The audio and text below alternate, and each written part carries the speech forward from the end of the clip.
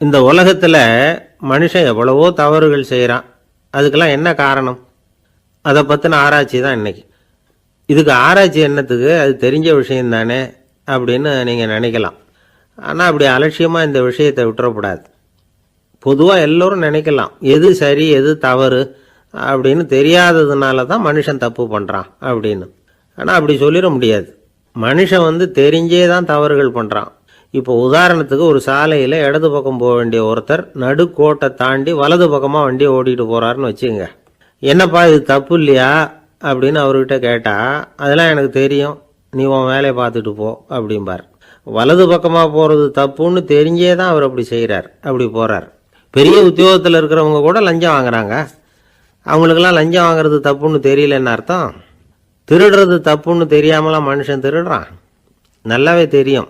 நீங்கள் வேணும்னா கேட்டு பாருங்கள், வேறு வழி இல்லை அதனால தான் திருடுறேன்பா. திருடுறது ஒரு புண்ணியமான காரியம்னு திருடனே கூட சொல்ல மாட்டான். திருடுறது தவறுங்கிறது திருடனுக்கு தெரியும் அப்படிங்கிறத விளக்கிறதுக்காக ஒரு பெரியவர் ஒரு கதை சொன்னார். அதாவது 2 திருடர்கள் 2 பேரும் சேர்ந்து ஒரு வீட்டுக்கு போய் ஒரு 10,000 ரூபாயை திருடிட்டு வந்துடுறாங்க. ஒரு காட்டு வழியாக வந்துக்கிட்டு இருக்கிறாங்க.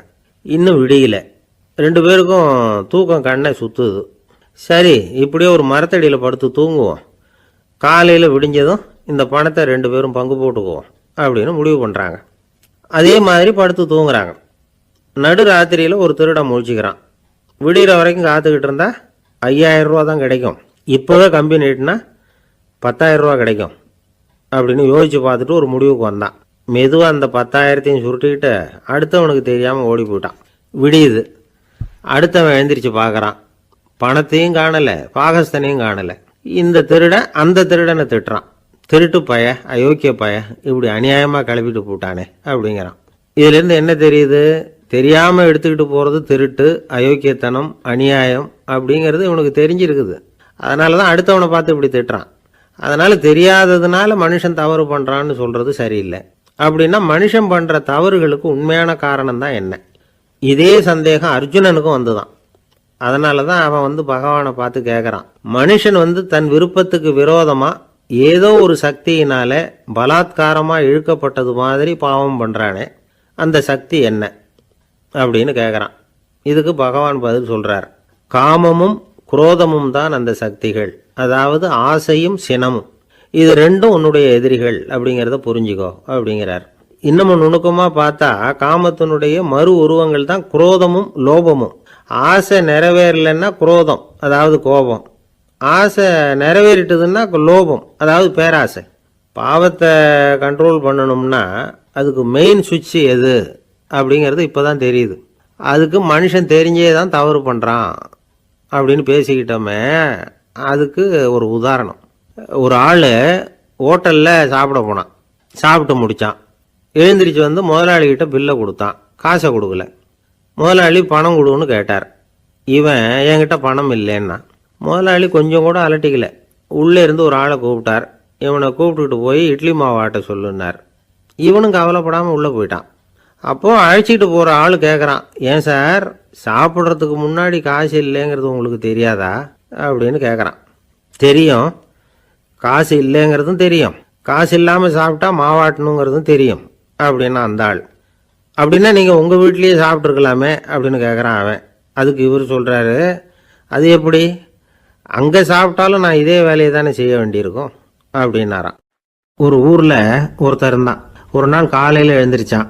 ஒரு 10 ரூபாய் எடுத்து சட்டை பையில் வச்சுக்கிட்டான். கடை தெருவுக்கு புறப்பட்டான். காய்கறி வாங்குறதுக்காக அவன் போகிறான்.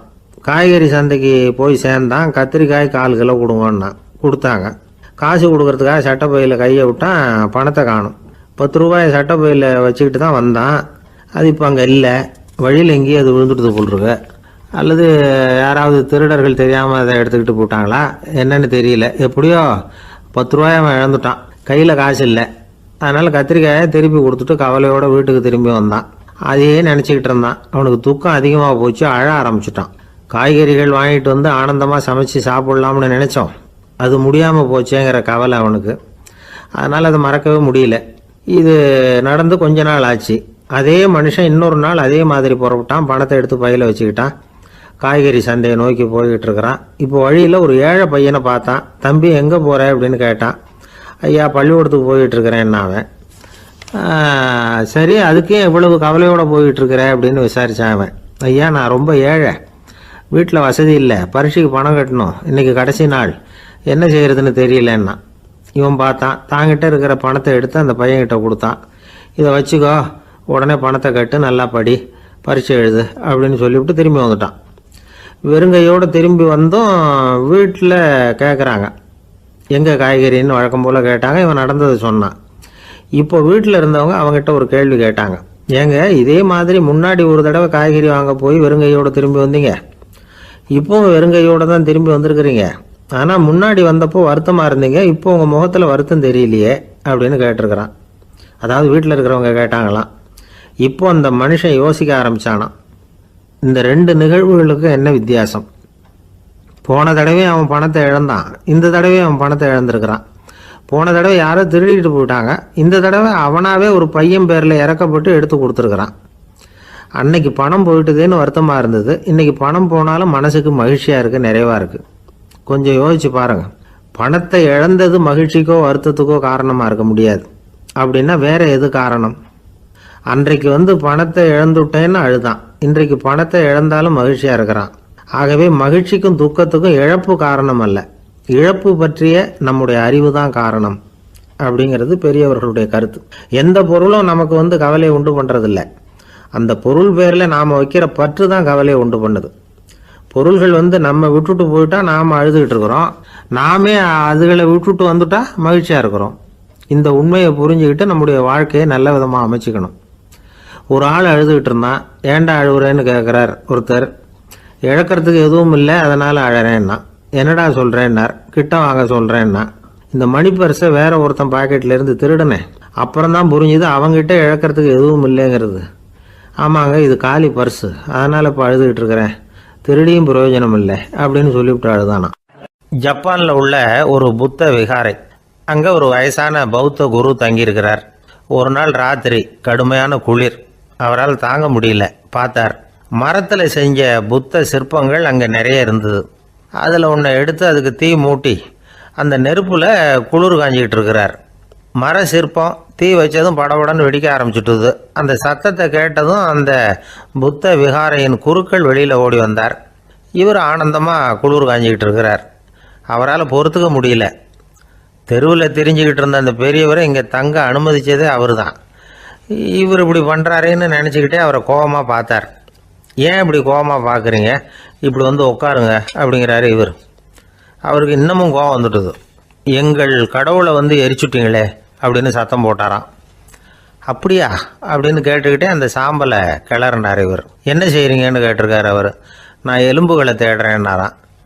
நீங்கள் ஒரு பைத்தியம், இது ஒரு மர சிற்பம், இதில் எலும்புகள் கிடையாது அப்படின்னாராம். அவருக்கு கோபம் வந்துட்டுது. உடனே வெளியில் போங்கன்னு கத்தியிருக்கார். வெளியில் தள்ளி கதவையும் சாத்தி விட்டாராம். மறுநாள் காலையில் கதவை திறந்து பார்த்தா அந்த வயசான பெரியவர் ஒரு மயில்கல் மேலே சில காட்டு பூக்களை வச்சு புத்தம் சரணம் கச்சாமின்னு சொல்லிக்கிட்டே இருக்கிறார். இவருக்கு சந்தேகமாக போட்டுது. கிட்ட போனார். என்ன செஞ்சுக்கிட்டு இருக்கீங்கன்னு கேட்டார். இது என்னுடைய காலை நேர பிரார்த்தனைன்னாராம். நிஜமாகவே நீங்கள் ஒரு பைத்தியமாக தான் இருக்கணும், ஏன்னா அது ஒரு மயில்கல் அப்படின்னாராம். இப்போ அந்த பெரியவர் சொன்னாராம், நீங்கள் ஒரு மரத்தை புத்தராக நினைக்கும் பொழுது நான் ஏன் ஒரு மயில்கல்ல புத்தராக நினைக்கக்கூடாது? நான் புத்தரை எரிக்கலாம், ஏன்னா அவரை நான் நேசிக்கிறேன். அந்த சிற்பம் மரத்தால் ஆனதுங்கிறது எனக்கு தெரியும். நான் ஒரு மயில்கல்லை தொழலாம், ஏன்னா அது எனது பூக்களை தாங்குது. நான் இந்த மயில்கல்லுக்குள்ளே மறைஞ்சிருக்கிற புத்தரை பார்க்குறேன். யாராவது ஒரு சிற்பி இதை சிலையாக்கினாதான் நீங்கள் புத்தரை பார்க்க முடியும். அன்னைக்கு ரொம்ப குளிராக இருந்தது. நான் எனக்குள்ளே இருக்கிற புத்தரையும் பாதுகாக்கணும். உள்ளே இருக்கிற புத்தரை காப்பாற்றுறதுக்காக வெளியில் உள்ள புத்தரை எரிக்கலாம், அதில் ஒன்றும் தப்பு இல்லை. அது அவருடைய போதனையிலேயே இருக்குது. உனக்குள் ஜோதியாக இரு அப்படிங்கிறது அவருடைய போதனை. என்னுடைய புத்தர் குளிரில் நடுங்கிட்டு இருந்தார். அந்த மர சிற்பங்கள் வெயில் மழையில் உணர்ச்சி இல்லாமல் இருந்தது, அதனால் அப்படி பண்ணினேன். ஆனால் நீங்கள் என்ன பண்ணீங்க? நான் ஒரு மர புத்தரை எரிச்சதுக்காக உயிருள்ள புத்தரை வெளியில் தள்ளி கதவை சாத்தினீங்க அப்படின்னாராம் அந்த பெரியவர். உண்மையான பக்திங்கிறது இதுதான். அதாவது உனக்குள் ஜோதியாக இரு அப்படின்னு புத்தர் சொன்னார் இல்லையா, அது மாதிரி தனக்குள் ஜோதியாக இருக்கிற இந்த காலத்து ஆசாமிகள் நிறைய பேர் உண்டு. எப்பவும் போதையிலேயே இருக்கிறவங்க. ஒரு நாள் நடு ராத்திரி ஒரு மது கடையில் ஒரு ஆள் அங்குள்ள சிப்பந்திகள் கிட்ட கேட்டுக்கிட்டு இருக்கிறான். மறுபடியும் இந்த கடை எப்போ திறப்பாங்கன்னு கேட்டானா. நாளைக்கு காலையில் 8 மணிக்கு திறப்பாங்க அப்படின்னு நானும் அங்கே இருந்த ஆள். அவன் திருப்பி திருப்பி அதையே கேட்டுக்கிட்டு இருக்கான். இவனுக்கு பதில் சொல்லி சொல்லி அழுத்து போச்சு. அதான் சொல்கிறேன் ஐயா, நாளைக்கு காலையில் வா அப்படின்னாங்களாம். அதுக்கு இவன், நான் வர்றதுக்காக கேட்கலையா, நேத்திக்கு வந்தவன் உள்ளேயே மாட்டிக்கிட்டேன், வெளியில் போகிறதுக்காக கேட்டேன் அப்படின்னு நானும். இந்த உலகத்தில் எவ்வளவோ உயிரினங்கள் இருக்குது. ஒவ்வொன்றும் ஒவ்வொரு விதமாக சண்டை போடுது. இப்போ 2 மாடு சண்டை போட்டுக்குதுன்னு வச்சுக்கோங்க. என்ன பண்ணும்? 2 முட்டிக்கும். அதுக்கு சண்டை போடுறதுக்கு ஆயுதமாக உபயோகப்படுறது அதோட கொம்பு. 2 சேவல் சண்டை போட்டுக்குதுன்னு வச்சுக்கோங்க. அதுக்கு ஆயுதமாக உபயோகப்படுறது அதோட கால் நகம். காலால் தான் அது ஒன்றோட ஒன்று சண்டை போட்டுக்கும். ஆனால் 2 மனுஷன் சண்டை போட்டுக்கிறான்னு வச்சுக்கோங்க. இவன் இன்னதை தான் ஆயுதமாக உபயோகப்படுத்துவான்னு குறிப்பிட்டு சொல்ல முடியாது. கல்லை எடுப்பான், கத்தி எடுப்பான், துப்பாக்கி எடுப்பான், என்ன வேணாலும் பண்ணுவான். வாயால் திட்டுவான், கையால் அடிப்பான், காலால் உதைப்பான், சகலகலாக வல்லவன். விலங்குகள்லாம் பொதுவாக வாயை சாப்பிட்றதுக்கு மட்டும்தான் உபயோகப்படுத்துது. ஆனால் இவனுக்கு சாப்பிட்றதுக்கும் அதுதான், சாப்பிட்டு விட்டு திட்டுறதுக்கும் அதுதான். ஆனால் ஒரு விஷயத்தில் மட்டும் கெட்டிக்கிறேன். அதாவது நாம் சண்டை போட்டுக்கிட்டாலும் பரவாயில்லை, கோழிகள் சண்டை போடாமல் இருக்கணும் அப்படின்னு ஆசைப்படுறான். எதுக்காக? கோழிகள் சண்டை போடாமல் இருந்தால் நிறைய முட்டைகள் போடுமா, அதுக்காக தான் இந்த அக்கறை. கோழி பண்ணை வச்சிருக்கிறவங்களுக்கு இது ஒரு பெரிய பிரச்சனை.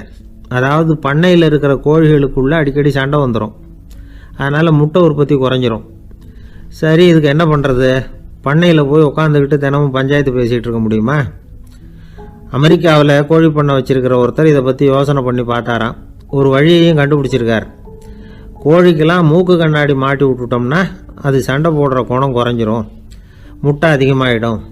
அந்த கண்ணாடியில் உள்ள லென்ஸு சிவப்பு நிறத்தில் இருக்கணும், அவ்வளவுதான் அப்படின்னு அவர் கண்டுபிடிச்சாராம். இது ஏற்கனவே நடைமுறையில் கண்டுபிடிக்கப்பட்ட ஒரு விஷயம். ஆனால் எல்லா கோழிக்கும் சிவப்பு மூக்கு கண்ணாடி எப்படி மாட்டி விடுறது? அப்படியே மாட்டி விட்டாலும் அது நழுவாமல் இருக்கணுமே. இப்போ நாமெல்லாம் நடு வரலால் மூக்கு கண்ணாடி நடுவில் தொட்டு அப்படி ஸ்டைலாக சரி பண்ணிக்கிறோம். அது மாதிரி கோழி எப்படி சரி பண்ணிக்கும்? இதுதான் பிரச்சனை. இதுக்கு அவர் என்ன வழி கண்டுபிடிச்சாருன்னா, கோழிக்கெல்லாம் மூக்கு கண்ணாடிக்கு பதிலாக விழியொட்டு வில்லைகள், கான்டாக்ட் லென்ஸ், அதை பொருத்தி விட்டா என்ன அப்படின்னு யோசனை பண்ணார். அதே மாதிரி பண்ணார். அதே மாதிரி செஞ்சு பார்த்தார், வெற்றி. அதுக்கப்புறம் கோழியெல்லாம் சண்டை போட்டுக்கலையாம், சமாதான பிரியர்கள் ஆகிட்டு தான். கோழிகளுக்கு இயல்பாகவே சண்டை போடுற குணம் உண்டு. ஆனால் அதோட கண்ணுக்கு பார்க்குற பொருள்லாம் ரோஜா நிறத்துலையோ அல்லது இன்னும் சொல்ல போனால் அழுத்தமான சிவப்பு நிறத்துலையோ தெரிஞ்சதுன்னா சண்டை போடுற குணம் குறைஞ்சிருதான். அந்த சமயத்தில் அது அதிகமாகவும் முட்டையிட ஆரம்பிச்சுடுதான். அதே நேரத்தில் இறை எடுக்கிறத கூட குறைச்சிக்குதான். இது ஏன் இப்படி பண்ணுதுங்கிறது விஞ்ஞானிகளுக்கு இன்னமும் புரியலையா. எப்படியோ அமெரிக்க கோழிகள்லாம் கான்டாக்ட் லென்ஸ் பொருத்திக்க ஆரம்பித்தாச்சு. கோழி கழுத்தை பிடிச்சிக்கிட்டு ஒரு சில வினாடிகளில் அதை பொருத்தி போடுறாங்களாம். கோழியோட ஆயுள் பூரா அது அப்படியே இருக்குமா. பண்ணையில் முட்டை உற்பத்தி குறைஞ்சா இது மாதிரி விஞ்ஞானபூர்வமாக பரிகாரம் தேடுறது தான் நல்லது. நமக்கு வேண்டியப்பட்ட ஒருத்தர், அவர் ஒரு கோழி பண்ணை வச்சுருந்தார். அந்த பண்ணையில் பாதி கோழி திடீர்னு செத்து போச்சு. உடனே ஒரு கால்நடை மருத்துவர்கிட்ட போக வேண்டியது தானே. அங்கே போகல, உள்ளூரில் மந்திரம் பண்ணிகிட்டு இருந்த ஒரு சாமியார்கிட்ட போனார். அவர் காலில் விழுந்தார். சாமி, என் பண்ணையில் பாதி கோழி செத்து போட்டுதுன்னார். சாமியார் யோசனை பண்ணார். சரி, பண்ணையில் வாசப்படி கிழக்கு பக்கமாக வச்சுருக்கியா மேற்கு பக்கமாக வச்சுருக்கியான்னு கேட்டார். கிழக்கு பக்கமாக இருக்குன்னார் அவர். அதுதான் தப்பு, மேற்கு பக்கமாக அதை மாற்று, சரியாக போடும்னாராம். அதே போல் இவர் போய் மாற்றிவிட்டார். அப்பவும் பாதி செத்து போச்சு. மறுபடியும் சொன்னார், சாமி மறுபடியும் பாதி கோழி செத்து போட்டுதேன்னார். சரி, கூரை எப்படி போட்டிருக்க, ஓடு போட்டிருக்கியா இல்லை கீத்து போட்டிருக்கியான்னார். ஓடு போட்டிருக்கேன்னாராம் அவர். அதுதான் தப்பு, அதை கீத்து போட்டுரும், சரியாக போடும்னாராம். சரின்னு போய் அதையும் மாற்றி பார்த்தார். மறுபடியும் போயிட்டுது, கோழி செத்து போச்சு. வந்தார், மறுபடியும் பாதி செத்து போச்சு சாமின்னு வந்தார். இவரும் யோசனையை மாற்றி மாற்றி சொல்லிகிட்டே இருக்கிறார். இப்படி அவரும் மாற்றி மாற்றி பார்த்தார். 6வது தடவையாக அவரை தேடிட்டு வந்தார். அந்த சமயத்தில் இவர் ரொம்ப தீவிரமாக யோசனை பண்ணி பார்த்துட்டு, அது சரிப்பா, நீ என்கிட்ட சளைக்காமல் வந்துக்கிட்டு இருக்கிற, நானும் யோசனை சொல்லிகிட்டு இருக்கேன்.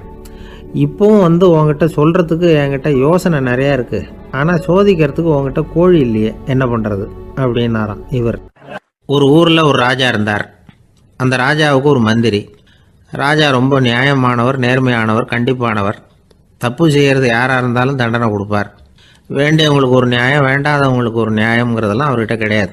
ஒரு சமயம் அரசவையில் அந்த அமைச்சரே விதிமுறைகளுக்கு புறம்பா ஏதோ நடந்துகிட்டு இருக்கார். மன்னருக்கு கோபம் வந்துட்டுது.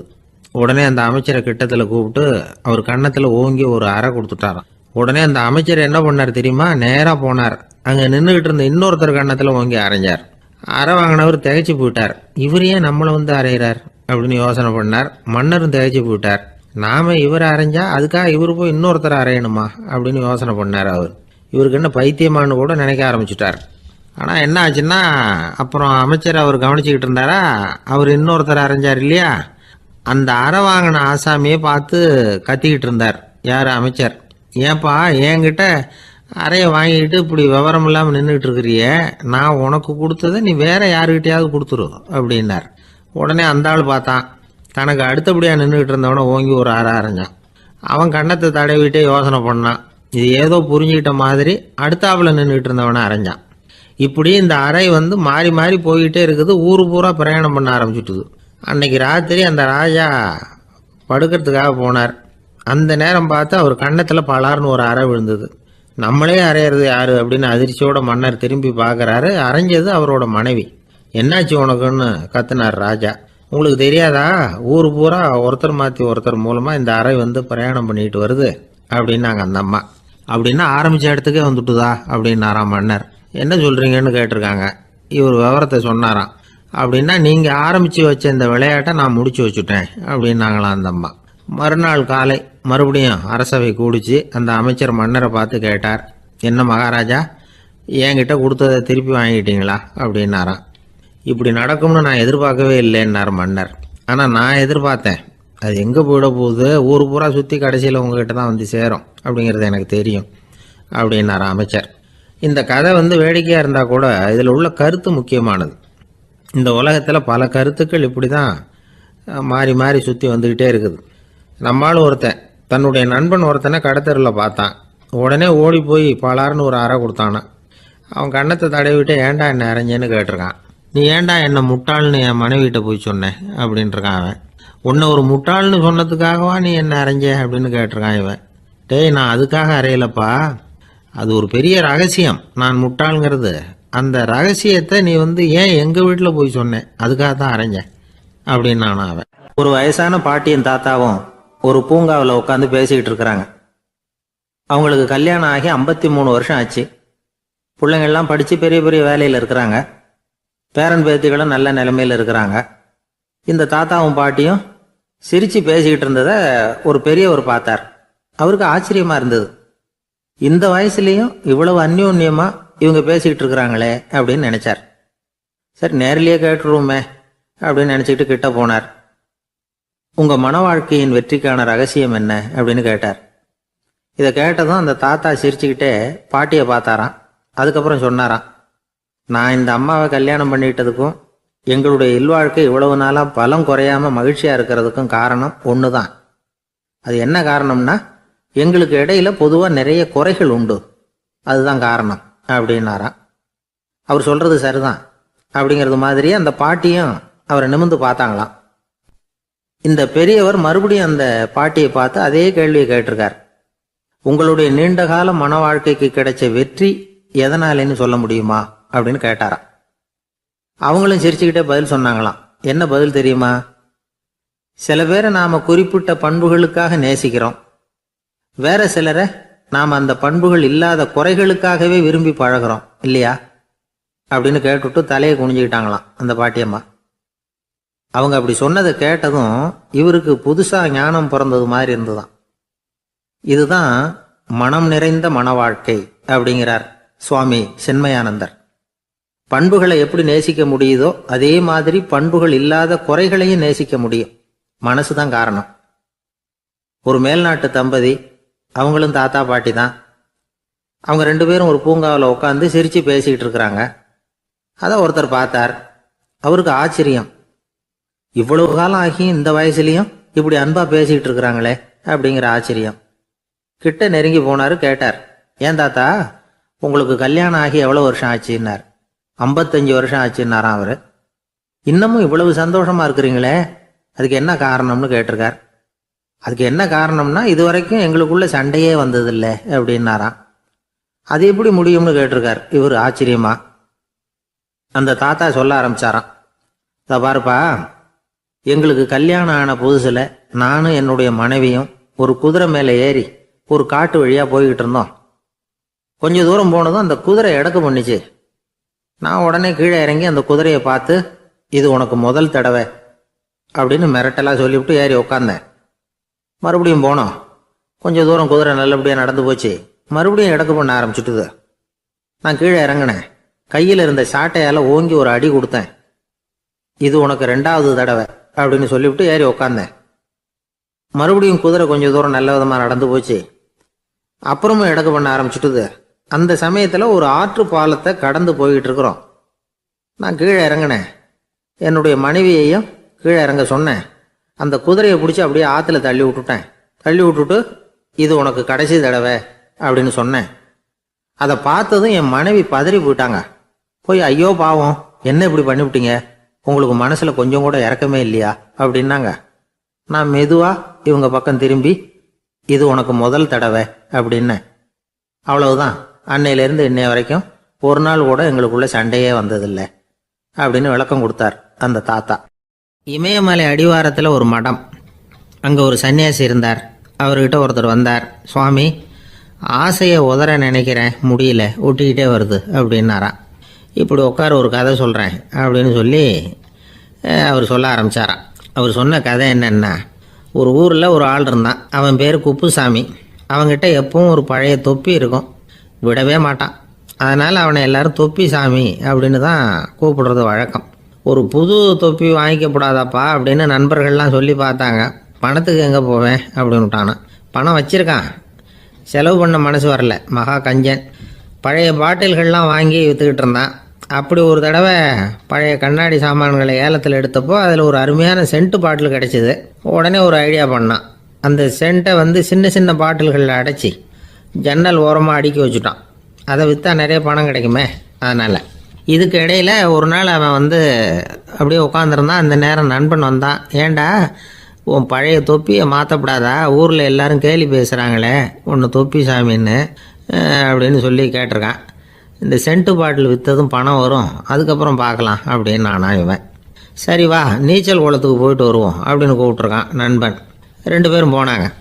அதே நேரம் அந்த ஊர் நீதிபதியும் அங்கே குளிக்க வந்தாராம்.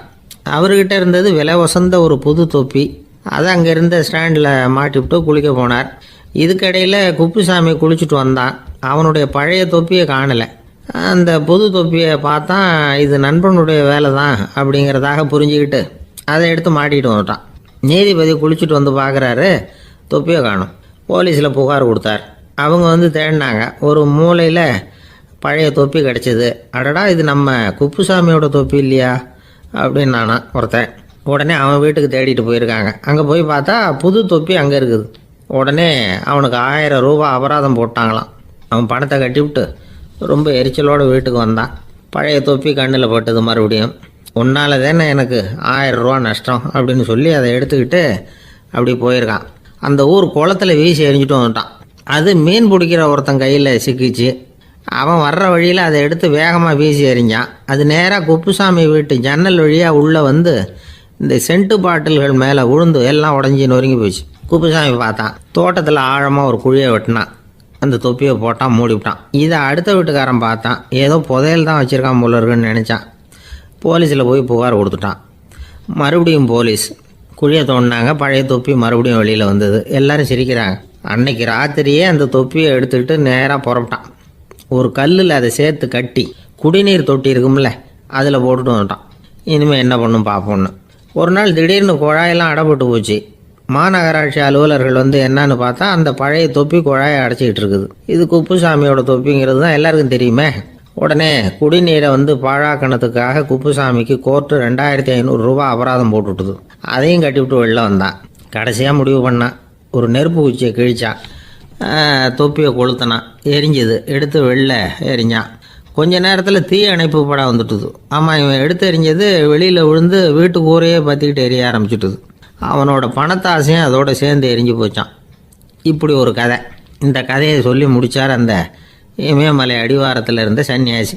இப்போ அந்த குப்புசாமி எங்கே இருக்கிறான்னு கேட்டார் எதிரில் இருந்தவர். இதோ உன் எதிரிலே இருக்கிறான், நான் தான் அந்த குப்புசாமி அப்படின்னாரான் அந்த சன்னியாசி.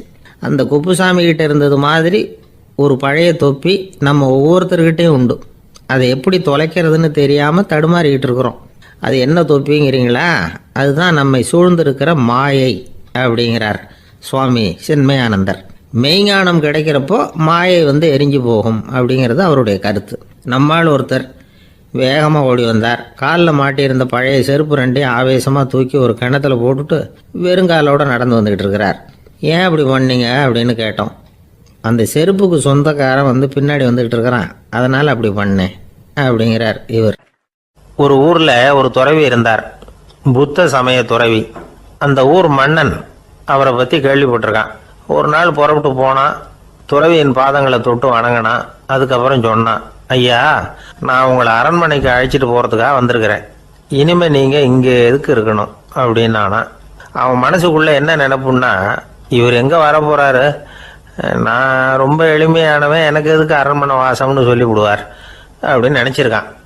ஆனால் அந்த துறவி என்ன பண்ணார் தெரியுமா? அப்படியா, சரி போகலாம், வா, போய் உன் ரதத்தை கொண்டுட்டு வா, அரண்மனைக்கு போகும்பொழுது அதுக்கு தகுந்த மாதிரி ஆடம்பரமாக போகணும் அப்படின்னு விட்டாரான். துறவி இப்படி சொன்னதும் அந்த மன்னனுக்கு மனசுக்குள்ளே சந்தேகம் வந்துட்டுது. இவர் உண்மையிலேயே துறவி தானா, ஏமாத்து பேர் வழி மாதிரி தெரியுதே அப்படின்னு நினச்சிருக்கான். இருந்தாலும் இனிமேல் என்ன பண்ணுறது, சொல்லியாச்சு. ரதத்தை கொண்டுகிட்டு வந்தான். துறவி ஏறி உட்காந்தார். பக்கத்தில் ராஜா. அவர் ரொம்ப உற்சாகமாக வரார், இவன் ரொம்ப சோர்ந்து போய் வரான். துறவி மரத்தடியிலேயே வாழ்ந்து பழக்கப்பட்டவர், அரண்மனையில் எளிமையாக ஒரு இடத்துல உட்காந்துக்குவார் அப்படின்னு நினச்சான். ஆனால் அப்படி இல்லை. அரண்மனைக்கு வந்த உடனே அந்த துறவி அதை கொண்டுட்டு வா, இதை கொண்டுட்டு வான்னு சொல்லி உத்தரவு போட ஆரம்பிச்சுட்டார். அரண்மனையில் இருந்தால் அரசனை மாதிரி இருக்கணும் அப்படிங்கிறார். ராத்திரி பூரா சௌரியமாக தூங்கினார். பகலில் அரண்மனை தோட்டத்தில் உலாவ வேண்டியது, நீச்சல் குளத்தில் குளிக்க வேண்டியது, இப்படியே பொழுது போக்கிட்டு இருக்கிறார். அந்த அரண்மனையில் துறவி மகிழ்ச்சியாக இருக்கிறார். மன்னனால் அப்படி இருக்க முடியல. அவருக்கு எந்த கவலையும் இல்லை, இவனுக்கு அரசாங்க கவலைகள். துறவி அப்படி இருக்கிறத இவனால் தாங்கிக்க முடியல. ஒரு நாள் அவர்கிட்டே போய், நான் உங்ககிட்ட கொஞ்சம் பேசணும் நானா. துறவி பார்த்தார். நான் இந்த அரண்மனைக்கு வரும்பொழுதே நீ என்னமோ என்கிட்ட கேட்கணும்னு நினைச்ச, ஏன் காலதாமதம்? நீ அனாவசியமாக உன்னையே தொந்தரவு பண்ணிகிட்டு இருக்கிற, நீ கவலையாக இருக்கேங்கிறது எனக்கு புரியுது. நான் மரத்தடியில் இருந்தப்போ கூட என்னை அடிக்கடி சந்திச்சுக்கிட்டு இருப்பேன், ஏதாவது விளக்கம் கேட்கறது உண்டு. இங்கே வந்த பிறகு என்னை சந்திக்கிறது கூட அபூர்வமாக போயிட்டுது. நீ இப்போ என்ன கேட்க போறேங்கிறது எனக்கு தெரியும், இருந்தாலும் கேள் அப்படின்னாராம். வேற ஒன்றும் இல்லைங்க, இப்போ உங்களுக்கும் எனக்கு என்ன வித்தியாசம்? 2 பேரும் அரண்மனையில் தான் இருக்கிறோம். நீங்கள் மகிழ்ச்சியாக இருக்கிறீங்க, நான் அப்படி இருக்க முடியல. இவ்வளவுக்கும் நீங்கள் முன்னாடி இருந்தது மாதிரி இல்லை. தினமும் தங்க தேர் கேட்குறீங்க, உயர்தரமான ஆடைகள் அணிகிறீங்க, சுவையான சாப்பாடு. இப்படி இருக்கிறப்போ உங்களுக்கும் எனக்கு என்ன வித்தியாசம்? இதுதான் மன்னனுடைய கேள்வி. இதுக்கு பதில் சொல்கிறேன், என் கூட புறப்பட்டு வா, இந்த நகரத்துக்கு வெளியில் போவோம் அப்படின்னு சொல்லி அரசனை கூப்பிட்டுக்கிட்டு ஊர் எல்லைக்கு சேர்ந்தார் துறவி. அங்கே போய் சொன்னார், இதை பாருப்பா, இந்த இடத்த தான் தேடிக்கிட்டு இருந்தேன். இனிமே நான் திரும்பி வரப்போறதில்ல. நீ என்னோட வர்றியா, திரும்பி போறியா அப்படின்னார். நான் எப்படிங்க உங்கள் கூட வர முடியும்? என்னுடைய நாடு, என்னுடைய சொத்துக்கள், மனைவி, மக்கள் எல்லாத்தையும் விட்டுட்டு எப்படிங்க வர்றதுன்னா. இப்போ அந்த துறவி சொன்னார், இப்போ வித்தியாசத்தை தெரிஞ்சுக்கிட்டியா? நான் அரண்மனையில் இருந்தேன், எல்லா வித பொருள்களும் உடையவனா இருந்தேன், ஆனால் எதையும் சொந்தம் கொண்டாடுறவனா இருக்கல. ஆனால் நீ அப்படி இல்லை, எல்லாத்தையும் சொந்தம் கொண்டாடிக்கிட்டு இருக்கிற. இதுதான் நமக்குள்ள வித்தியாசம் அப்படின்னு சொன்னார். அரண்மனை ஆடைகளை அப்படியே கலைஞ்சார், அரசங்கிட்ட கொடுத்தார். உன்னுடைய ஆடைகளை நீயே வச்சுக்கோன்னார். அவர் பாட்டுக்கு நடந்து போனார், திரும்பியே பார்க்கல. அரசனுக்கு அப்பதான் தன்னுடைய அறியாமை விளங்குச்சான். இதிலிருந்து நாம புரிஞ்சுக்க வேண்டியது என்னன்னா, இந்த உலகத்துல எத்தனையோ பொருள்கள், அதையெல்லாம் முறையா பயன்படுத்தினா மகிழ்ச்சி. அதை விட்டுட்டு அதுக்கெல்லாம் சொந்தம் கொண்டாட ஆரம்பிச்சா கவலை. நம்ம ஆட்கள் சொந்தம் கொண்டாடுற விதமே தனி. ஒரு ஆளு இன்னொருத்தங்கிட்ட ஒரு கொடை கடன் வாங்கியிருந்தான், திருப்பி கொடுக்கல. கொடையை கொடுத்தவன் கேட்டான், என்கிட்ட கடன் வாங்கினிய கொடை, அதை கொஞ்சம் திருப்பி தர்றியான்னா. அது உனக்கு இப்போ அவசரமா தேவைப்படுதா அப்படின்னு கேட்டான் இவன். எனக்கு தேவைப்படல, அந்த கொடையை நான் யாருக்கிட்ட வாங்கியிருந்தேனோ